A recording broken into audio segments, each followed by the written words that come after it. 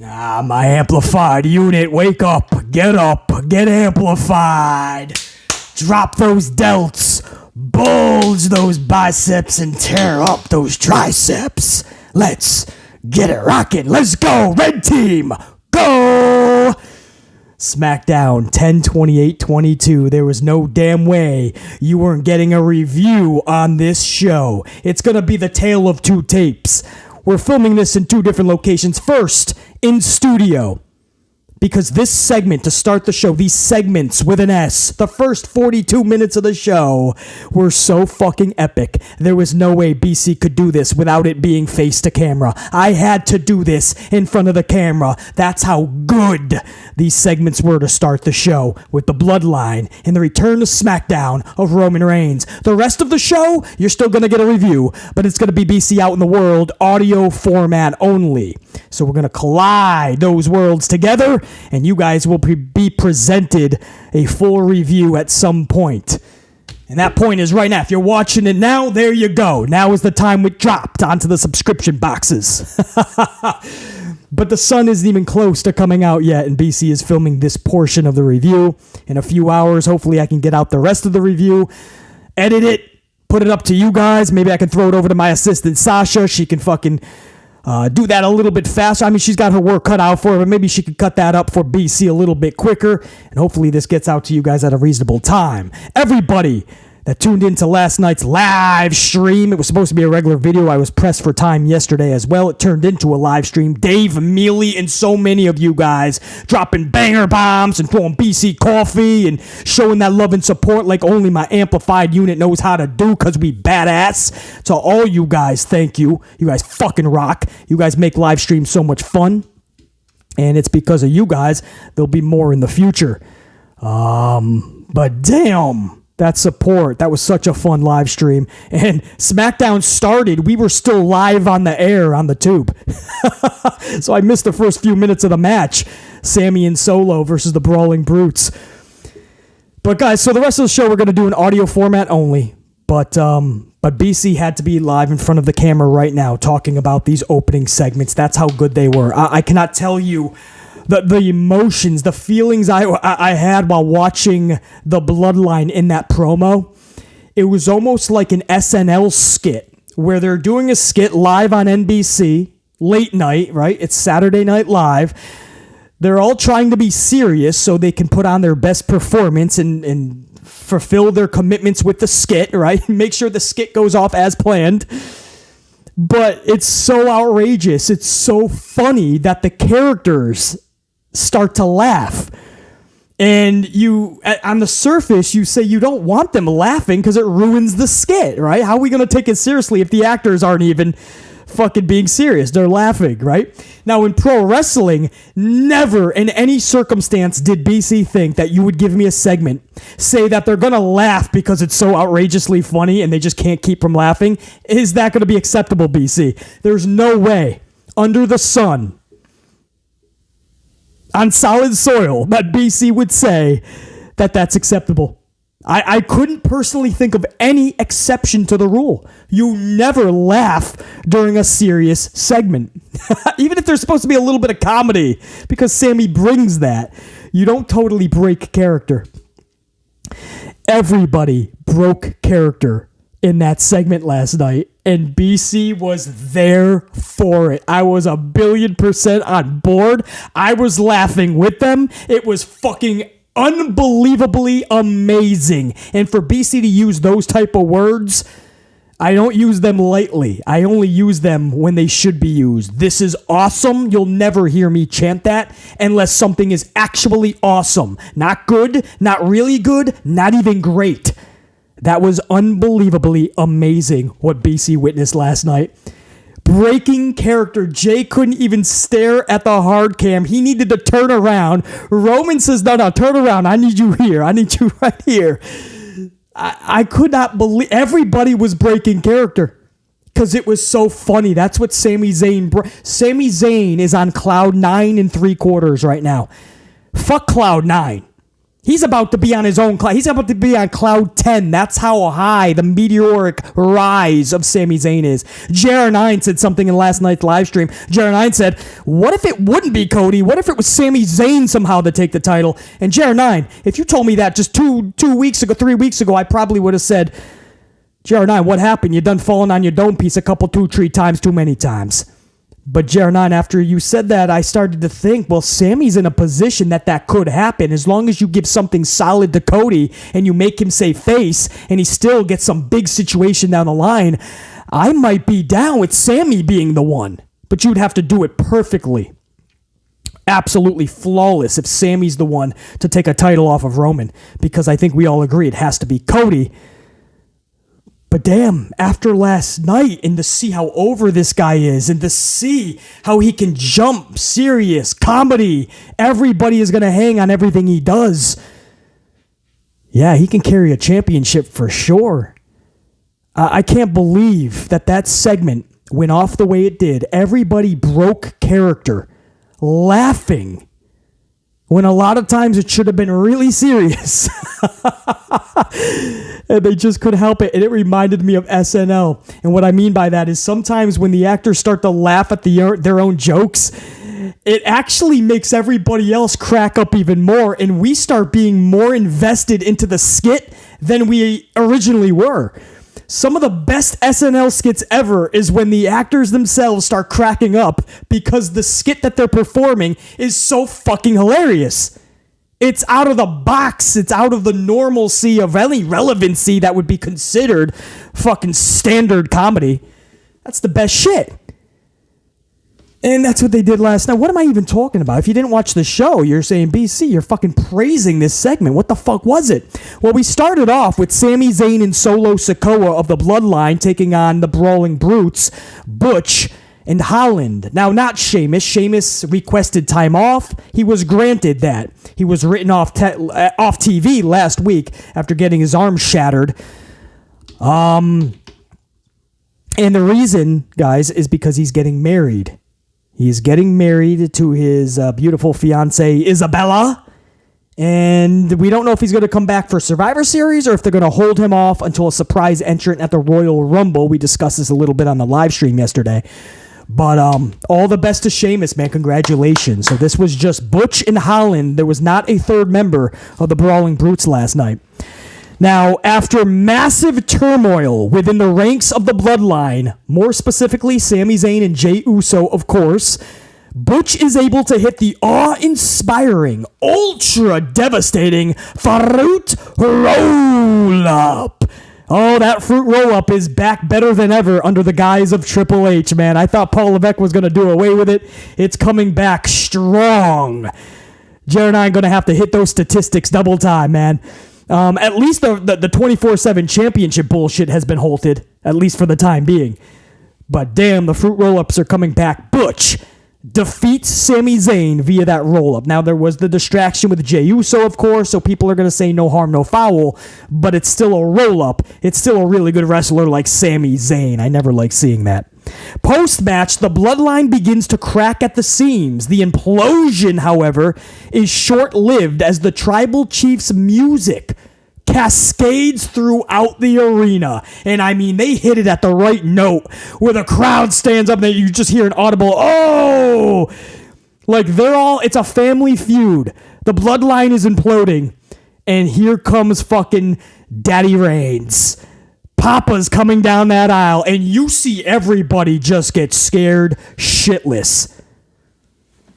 Sure enough, Roman Reigns makes his way to the ring. Now, of course, he has taken over the record for length of time that it takes to get to the ring from The Undertaker.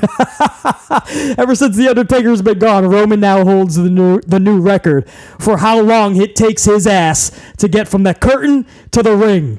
In fact, we went through a whole commercial break, and when we came back, the music was still playing, and he was just setting up his spot to the hard cam. It was hilarious, bro. The best part of all this was the rest of the Bloodline, as I aforementioned, absolutely petrified as Roman took every step toward that ring. They got more and more scared. It honestly was like kids that just got suspended from school and their dad just showed up to pick them up. So you got the kids, they just fought or some shit. The principal yelled at them, had to call their parents to come pick them up. They know they're in trouble. You look out the window in the principal's office, and here comes fucking dad walking up. That's how the Bloodline looked when Roman was getting in that fucking ring, bro. In fact, Roman even says in his opening statement, after, of course, demanding that St. Louis acknowledges him, after that, he literally says the words, if you're going to act like kids, I'm going to treat you like kids. And he tells Sami and Jay to air out their grievances right now live in front of him. Or should I say behind him? Because Roman just was staring at the hard cam, or at least was positioned to stare at the hard cam, but was looking down. You know how he's taking it all in. The tribal chief is taking it all in. He's assessing everything, and then he'll make his chess move. So while he's doing that, behind him, Sami and Jay are pretty much just airing out their beef, their grievances. Jey Uso says, I don't like anything about you. Your hair, I don't like the way you walk, talk, I don't like you. You're a fake Uso. What blood have you shed for this family? What have you done for this family? You've done nothing. You are a fake Uso. I'm just the only one that's going to call that out. And Sami's like, what is your problem? What is your problem? I'm here trying to make peace. The tribal chief asked us to make peace. And Jay says, I don't care what the tribal chief said. I don't give a damn what the tribal chief said. Guys, when he said that, the whole crowd goes, oh! And he immediately, as the crowd goes, oh, Roman's head jolts up. And he looks at the hard cam. It was just a goosebumps moment. Like, that's when you know your storytelling is immaculate. And it's funny because in the live stream yesterday, I literally told you guys that this was the same situation when Roman first turned heel and there was that family feud with the Jey Uso. I think it was Jey Uso too, wasn't it? And then Jimmy came afterwards. I don't think it was, maybe it was vice versa. But I think it was Jey. But the Usos versus Roman, is my point, was just an epic storyline. I mean, epic for months. And it's so interesting to see, just like that, they can rekindle that because it's so real. There's a believability because there is that bond, that love, and that sense that any moment we're going to see who's better than one another. And they're going to step on each other's toes. There's such a believability because it's believable, because it's real. And just like that, Jay, face to face with Roman, the crowd is chanting, you fucked up, you fucked up. It was absolutely just fucking amazing. And then Sami breaks it up. Sami says, no, Roman, cut him some slack. Jay hasn't been himself lately. He's been under a lot of pressure, a lot of distress. He says, forgive him for not being as Uso lately. Everybody hears Uso. The crowd just starts chanting, Uso, Uso, Uso. Roman's like, oh, they are not chanting this. Jay is like, are we doing an Uso chant? So now Roman gets on. Roman says, is that true, Jay? Is the reason that you're acting like this and saying what you're saying because you're not as Uso lately? Now, bro, at this point, everyone's breaking. Jay has broken character. He turns around from the hard cam because he's cracking up. He's cracking up. He turns around. Roman has to turn him back around to the hard cam to say, no. I need you right here, present. Stick with me. Roman's laughing. Jay's cracking the fuck up. Now, this is supposed to be serious because Roman's like, the next time I hear you say something like that, or I'm going to remove your title of Uso, and I'm going to make Sami Zayn. He's going to be Sami Uso. So he's basically going to strip the identity of Jay, put it over on Sami. He is going to be blood at that point. I don't see how that's capable or possible, but figuratively, because Roman said so, he's going to be Sami Uso. Or Sami Uso. And Jay will be fucking booted. So it's supposed to be serious. There's supposed to be a little bit of comedy, no doubt, guys. Sami was supposed to insert some comedy. They were not supposed to break character. Now, at the surface, you're thinking, BC, that would be something you would despise. That is never acceptable to break character like that. But because every part of this works, because of the instrumental force that Sami has brought comedically to them, And the bond, the relationship, the believability between Jay and Roman, you believe that at any second they could go from hating each other to fucking giving each other a big family hug. Because in real life, that's what has happened their whole lives. We know that. We've heard all the stories. They've been to fucking through love and war together every single day growing up. Highs and lows, eating at the dinner table together, and then 20 minutes later beating the shit out of each other. I tie this up. It reminded me of SNL, Saturday Night Live. I'm not a faithful watcher, but some of the best skits were so funny that the actors were laughing. They were cracking up because the shit was so out of the fucking box, ludicrous, hilarious to another degree that they couldn't. I mean, they're in the ring. I mean, these are people this is a family that are literally Usos. That's what you say to one another. That's brother. That's how you grew up. What up, Us? And to hear fucking people chanting Usi, to see this white dude with straggly red hair, fucking the whitest dude you're gonna come across, talking about what up, Us? Are you feeling Usi today? I mean, the bloodline started cracking up for real. And it fucking, you felt that shit, man. There was no way that BC was going to be like, what the fuck? You're breaking character, man. No, they did that, and you could still believe this because it's La Familia. It's family with a Sami Zayn on the side. I can't say enough praise about this, man. I could not fucking believe that went through every emotion. When it was said and done, BC was like, what the fuck just happened? That was one of the greatest segments you will ever see in pro wrestling. Bro, I can't say enough praise. I mean, I do have a lot to do today. I got to film the rest of this audio format only. I do have a lot to say still with the rest of the show, so I hope you guys still stick with it. But I had to spend several minutes in front of the camera, way before the sun even comes out, to talk about this as fucking passionately as I did when I viewed it. Because that's how much I loved it, and I hope you guys are getting that feeling as I talk about it, how much I fucking love that. The fact that they broke character. This better not become a norm, by the way. I don't want to see other wrestlers doing this because they saw it with the Bloodline last night. And all of a sudden, an MJF fucking promo, 2 months from now, they're breaking character, and MJF's is laughing, and Wardlow's laughing or some shit. I don't want to see the fucking New Day and the Viking Raiders laughing through a promo. No, that's not going to work, and you can't make a farce of the business. This worked for a plethora of reasons. I just already went over it. It's actual family. You believe they'll go through every high and low and emotion with one another. And it's fucking Sami Zayn. He could do any fucking ludicrous shit, and at this point, the crowd is in the palm of his fucking hands.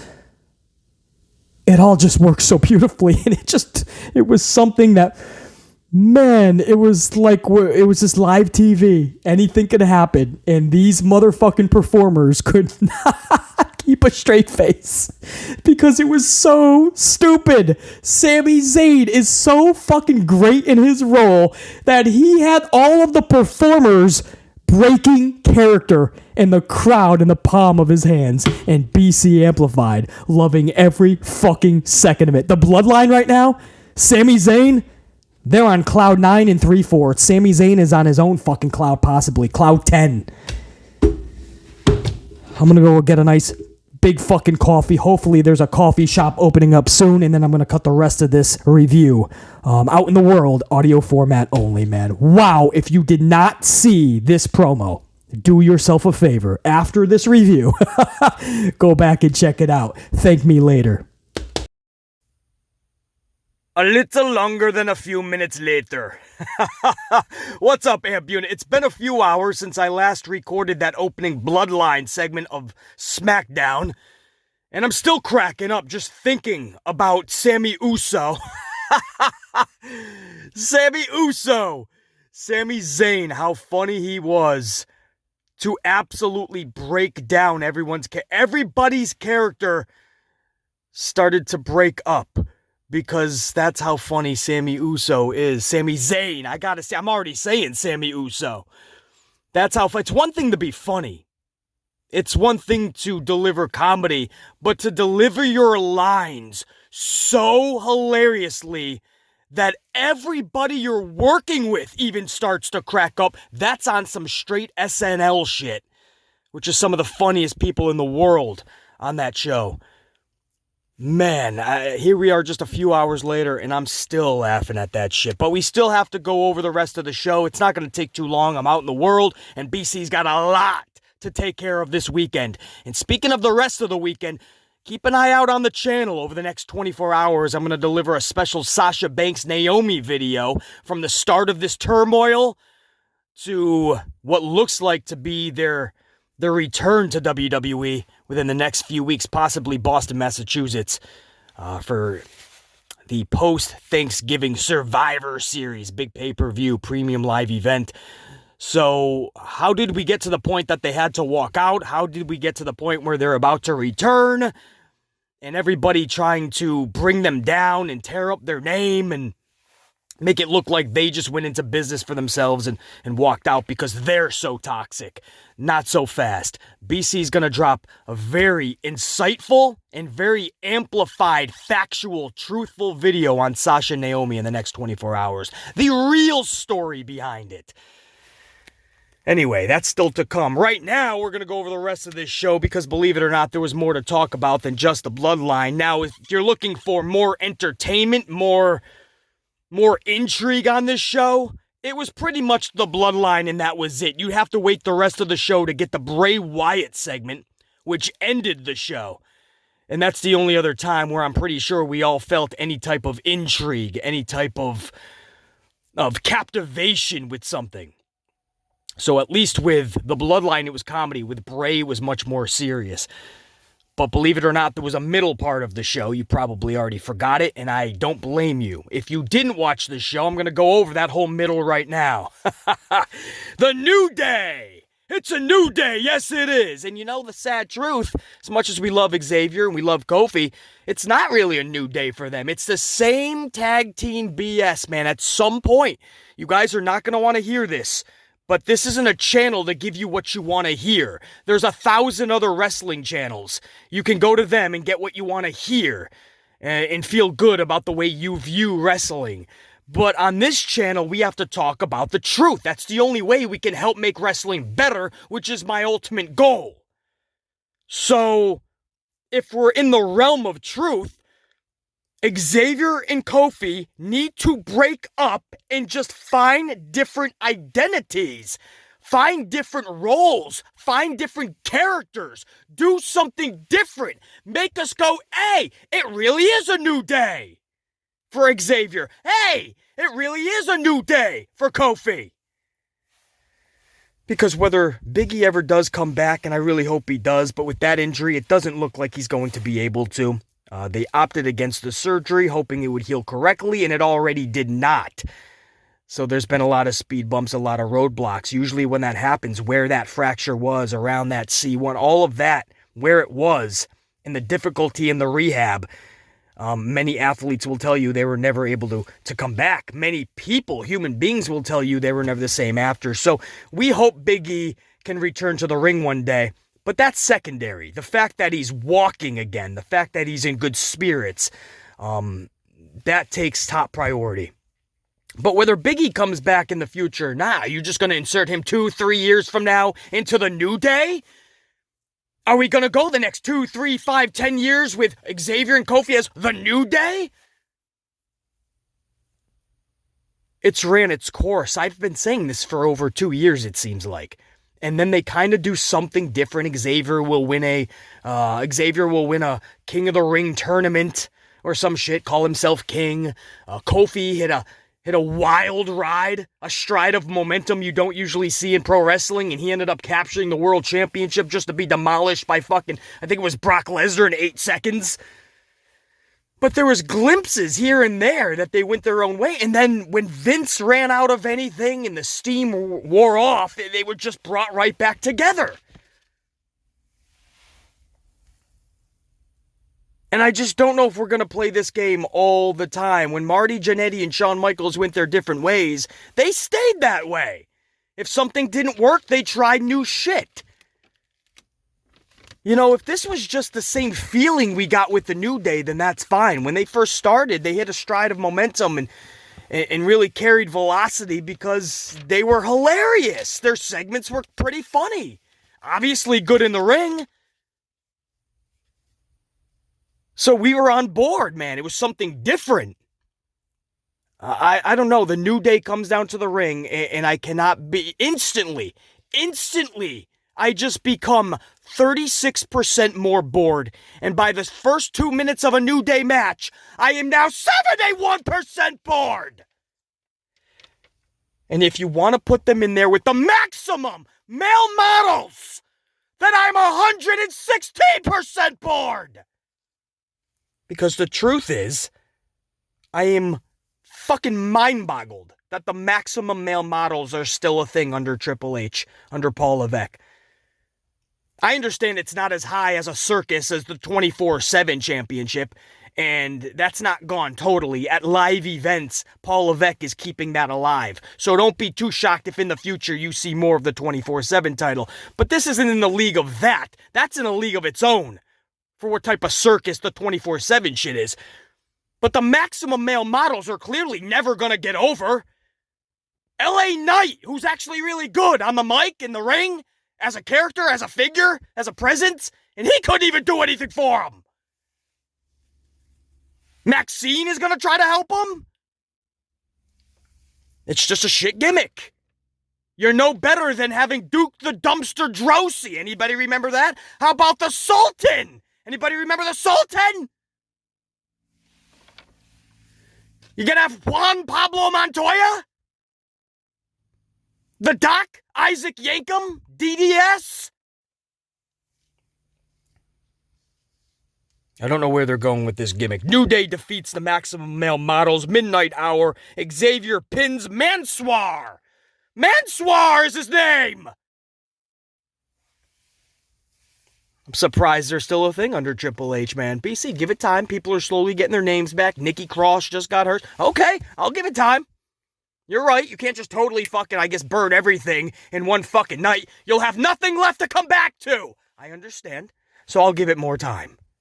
But just throwing together New Day and maximum male models on our primetime television on a Friday night, do you honestly think human beings have nothing better to do? But we tune in out of habit and hope. That shit is gonna wear thin. You gotta do better than that. I'd rather the maximum male models in a jobber match winning against Tweedle Dipshit 1 and Tweedle Dipshit Dumbfuck 2. I'd rather the New Day in a jobber match. Dan Dipshit Dugenheimer and Fuckwad Fred. 2 minutes, New Day beats the fuck out of them. That's more entertaining than this. Our number one ends with Liv Morgan once again tearing up Sonya Deville backstage. She probably found out that she came in number 16 on the PWI 150 list. And was like, 16? I had a fucking career year! So she took it out on Sonya once again. Our number two starts with Ronda Rousey defeating a returning Emma, a.k.a. Emmalina, a.k.a. Tennille Dashwood. We remember in WWE as Emma. Now, if you caught the vids yesterday, BC told you that I gave a little bit of a spoiler. Emma was returning last night to Smackdown, so my amplified unit was probably not shocked. But it was good to see her back. It really was. And I'm a Rousey fan, I'll be the first to say. But this was just not a very good match. They just did not click. Sometimes you vibe with somebody, sometimes you don't. I believe they didn't have, in their defense, and I'm not making excuses, trust me, guys. And when I'm a fan of somebody, I definitely don't make excuses. I'm a fan of Ronda Rousey, so I'm going to be extra harsh if I'm a fan of you. And I'm telling you right now, man, Ronda Rousey and Emma, not Emmalina, BC. That was supposed to be, she got injured. She was going to come back as Emmalina, like this beautiful model. And that plan got scrapped. Emma got booted from WWE. Fired! And then Eva Marie ended up getting that gimmick in a different form. Obviously, she kept her name, but it was what Emmalina was kind of supposed to be. Anyway, Emma is much better of a wrestler than what you saw last night. But I believe her and Ronda, they just didn't have a lot of time to work shit out. Emma going back to WWE happened pretty on the fly. And Ronda, we still know, she needs people. If you're going to have a wrestling match with Ronda, she's going to have somebody in there that can work with her speed, work with her rate, work with her experience level. And what do I mean, right? BC, what are you talking about? Because you say Ronda's good, right? Yes. The problem, guys, is and I'm saying this, I can't say this enough, as a Ronda fan, I will be the first to say that when you, WWE, try to push Ronda Rousey as a professional wrestler, you fucked up. You fucked up. When you tried to push and act like Ronda Rousey is a professional wrestler, you done screwed up. That's the truth. And you say, well, BC, what are you talking about, man? A professional wrestler, BC. A professional wrestler is more than just the moves you said. Absolutely. The point is, you tried to push her like she's just a pro wrestler. You tried to put her in 10-minute matches. 5 to 10-minute matches and try to put on move-for-move clinics with who? Emma? With Carmella? You're gonna put her in there for 10 minutes with Aaliyah? Aaliyah? What are you gonna do, bro? What is Ronda Rousey going to be able to do with these people? That is not who Ronda Rousey is. You could be a fucking Omos in WWE and get over if it's done correctly. You could do fucking 5 moves of doom. Isn't that what we used to call John Cena? And John Cena's actually put together some good matches in his career.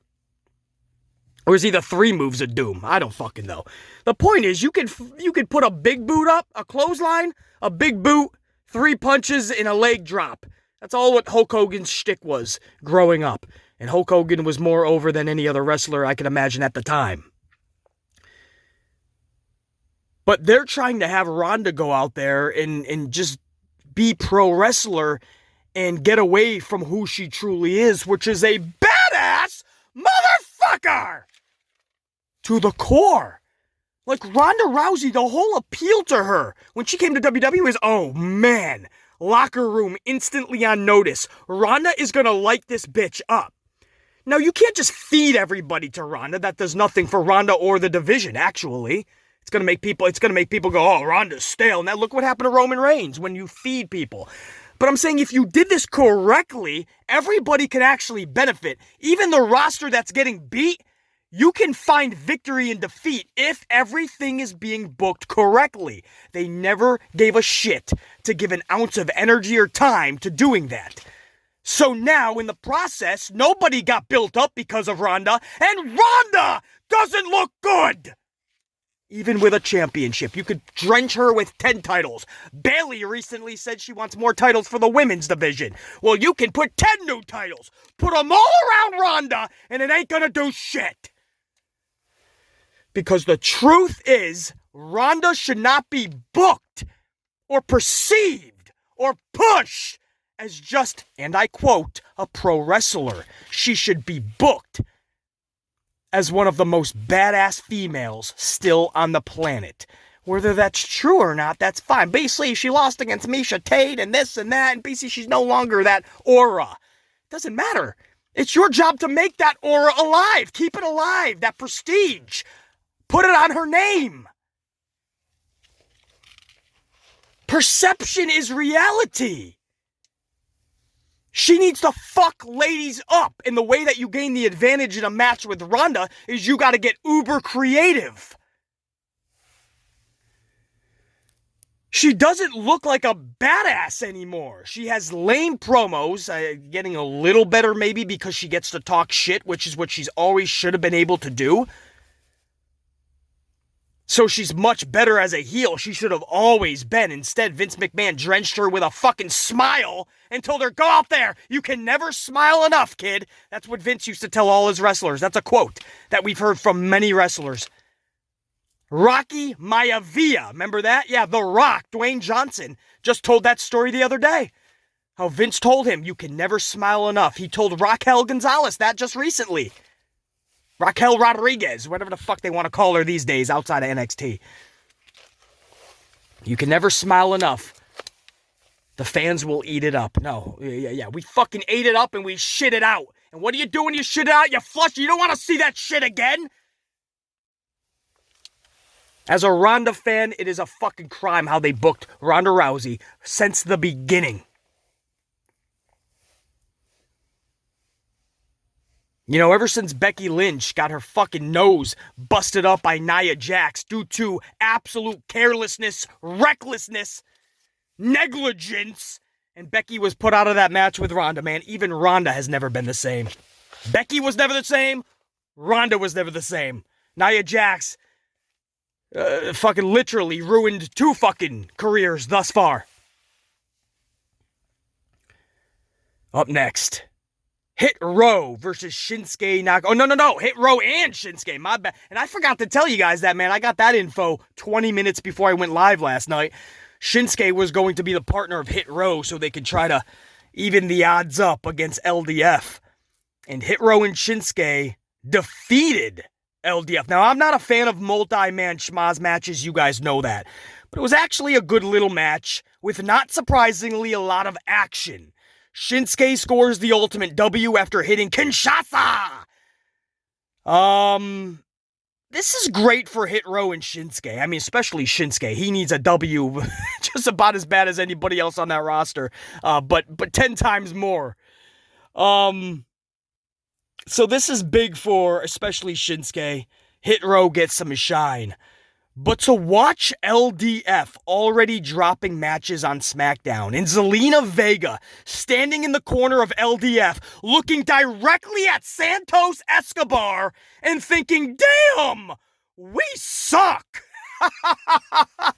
I mean, sadly, that's how Zelina was looking at Escobar. That's how she was looking at LDF as a whole. Like, what did I get myself into? It's how BC watches his Packers this year, or how I just watched the fucking Yankees in the playoffs. Against the fucking the Astros. Sad part is I don't even think they cheated this time. I think my Yankees were that bad. Anyway, that's how Zelina Vega is looking at LDF, and I'm like, wait, LDF just got to the roster a few weeks ago. Why even have this match if they're just going to drop the fucking L flat on their backs? Why bring in Zelina just to look at them and the losers that they are? I tell you, man, this whole middle of the show, BC doesn't even understand. Next up, let me talk to ya. LA Knight, backstage with the ultra beautiful Kayla Braxton. Rico shit intervenes in the conversation and talks major trash tonight. Now, even though Shay is supposed to be the face and Knight the heel, BC was in full support of LA Knight. I was like, Rico, shut your mug hole, bitch. I was like, what is Ricochet do? Get out of here, man. The grown-ups are trying to speak. This little fucking Rico shit comes in, starts talking major trash to LA Knight. Man, again, I'll reiterate this. Knight is supposed to be the heel, but if you listen to the crowd response when he showed up on the screen, if you feel like BC felt, man, LA Knight is the shit. In a good way. And I don't know what to think of Ricochet. I mean, this guy has been so fucking irrelevant. Even when he had the IC title recently, he's been so damn irrelevant. He shows up on the screen and a fucking 25-minute power nap sounds better than watching a Rico shit match. But BC, he does all the cool moves. He's a prime example of how just doing cool flips and dives is not professional wrestling. Main event is up next. Karrion Kross with, alright, because I called Kayla Braxton the ultra beautiful. Karrion Kross is with the astronomically beautiful Scarlett. Although I do have to say, I believe I would go Kayla Braxton. I mean, if BC caught a date with one of these ladies, as beautiful as Scarlett is, I gots to go with my girl Kayla Braxton. But man, I think astronomically beautiful describes Scarlett. She's right there with Karrion Kross. Kross is taking on Madcap Moss. Madcap gave everything he had, but he found himself down the rabbit hole. And after being clubbed in the back of his dome piece by Karrion's forearm, he was subsequently pinned 1, 2, 3 by Kross. Post-match, Kross informs Drew McIntyre that is just a taste of what he's going to receive next Saturday at Crown Jewel. And he then proceeds to lock Moss into a choke till he was completely out. For Moss, the lights were on, but nobody was home. Moss got fucked up. Karrion Kross sends his message. In the final segment of the night, after coming off of a Rey Mysterio annihilation, the Imperium just beat the shit out of Mysterio backstage, kind of like what Liv Morgan did to DeVille, just not to that extreme. Liv Morgan went to a whole nother extreme, and that seems to be the word that we're using for Morgan these days. Extreme. But the final actual segment of the night was Bray Wyatt. And by the way, that's setting up Gunther, Rey Mysterio. I think that's going to be a phenomenal match because I just think Gunther is going to beat the fuck out of Rey Mysterio. A beating he hasn't taken in decades. Since the NWO threw him into a trailer like a lawn dart on WCW Nitro. It's going to be a beating, man. Gunther's going to tear this dude. And we love Rey Mysterio. But we all know that Gunther has to just tear that shit up. Final seg of the night, Bray Wyatt and his, epic everything, because that's just what Bray does. Everything he touches turns to gold, and everything he does is just epic. And last night was no different, man. He's in the middle of the ring, lights dimmed, you got the blue kind of atmosphere. And this guy is just talking. He says, I'm talking to you as Bray Wyatt. I'm not hiding behind a mask. There's no smoke and mirrors. This is Bray talking to you, man to man, and it feels good. And he starts talking about how he's just different than everybody else. He feels and thinks differently than everybody else. In fact, sometimes he shows no emotion at all. Sometimes he has no feeling at all. And he's telling everybody, like, he's just different. And he says he's going to do special things. He yet again reiterates that he's going to do special things while he's there. And all of a sudden, you got Uncle Howdy, we believe, shows up on the Tron. And he starts, you got to decipher the words because it's muffled. It's all muzzled up. And that's what makes this so awesome. You literally have to think, right? You have to actually be engaged with the segment. That doesn't always happen in pro wrestling these days. So it wasn't just the QR shit and all the fucking hidden Mickeys and shit that you gotta kind of locate. It wasn't the scavenger hunt that we were all on leading up to Bray Wyatt's return. It's not just that. Now that he's back, you're still trying to decipher all of this shit. You're still trying to unlock, crack the code to Fort Knox. And what the fuck is Uncle Howdy saying? Like, he's saying, he's basically saying, guys, to Bray, you're lying. I know who you are. You're bullshitting. And Uncle Howdy, it looks like he wants to bring Bray back to his reality. And it looks like there's a conflict there between Bray and Uncle. And Uncle, at first, people were speculating, well, who is it? I mean, could it be his real-life brother, Bo Dallas? You know, could it be somebody coming in? Is it one of the... BC calls it the six faces of Wyatt. The Wyndham Six. Wyatt Six. Is it one of those? Does this all tie in together? There's so many questions, man. Even here, BC's out in the world. Fucking screaming about this shit. And I have to ask 100 questions because we have 100 answers that need to be fucking answered. That's when you know you're watching something good, man. Captivating television. Where are they going with this? Because when we first thought that somebody else was playing Uncle Howdy, it now looks like maybe it's Bray Wyatt himself.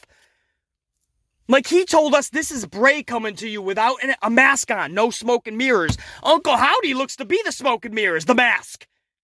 The other side. It's almost like conflicting personalities, Bray Wyatt, is what we're fucking with. And if that's the case, I'm the first one on that fucking Bray Wyatt Express train. I'm bumping everybody out of the way and I'm getting the first seat on that express train. Because I'm down with that ride. So I gotta find out more, man. I was doing a million things. That segment came on. I dropped everything I was doing. I was engaged with that full throttle. I gotta go back and watch that segment a second and maybe even third time to decipher more. Because I don't even think I'm doing that segment's review justice. Because there's a lot more in Uncle Howdy's words that I have to decipher for you guys. And I assure you, I will do that in the future. I'm real pressed for time. But what I gathered at the initial viewing of that, as busy as I was there's a conflict there. And Uncle Howdy is not too happy with Bray. And Bray's trying to just man up and speak to us. Without any mask, without the smoke and mirrors, as he said. Just as Bray, he wants to do it maybe the right way? I don't know! Is it the angel on my left shoulder, devil on the right type of a deal? I don't know. Let me know down below if you know where this is going, because I don't, and that's why I'm so into this shit, man. I can't wait to see what it leads to next. I'm sure Bray right now is listening to all of our fucking theories and going, you guys have no fucking idea. Not even the Amplified, man. And I'm cool with that, man. All I know is I'm down with the ride. Bray, take us on it, man. Because we are there. The Amplified unit is firmly behind you, bro. Because in the Amplified unit, we are pro Bray Wyatt. Whatever this dude does turns to gold. Everything is Everything is awesome. Everything is cool when you're part of the crew. Woo! My name is BC Amplified. That was Smackdown 10/28/22. I gotta go whoop the rest of the weekend's ass. You guys crush it out as well. And I'll see ya, actually, within the next 24 hours with a Sasha Naomi video, a special piece I put together. And then I'll see you next week for a whole new week of content, starting with Raw, ending with Smackdown, and culminating at Crown Jewel. BC, top guy. I'm fucking out. Check you.